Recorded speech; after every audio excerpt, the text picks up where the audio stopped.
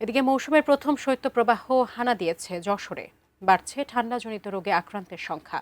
অভয়নগর উপজেলা স্বাস্থ্য কমপ্লেক্স থেকে বিস্তারিত জানিয়েছেন যশোর প্রতিনিধি নজরুল ইসলাম মল্লিক। পৌষের শৈত্যপ্রবাহ বইছে যশোরে। শীতে, কনকনে শীতে মানুষের জনজীবন বিপর্যস্ত হয়ে পড়েছে।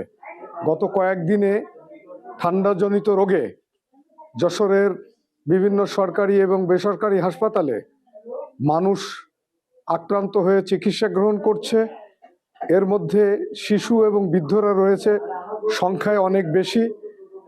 ঠান্ডাজনিত রোগে ডায়রিয়া, আমাশা, সর্দি এবং জ্বর এবং শ্বাসকষ্টে ভুগছেন।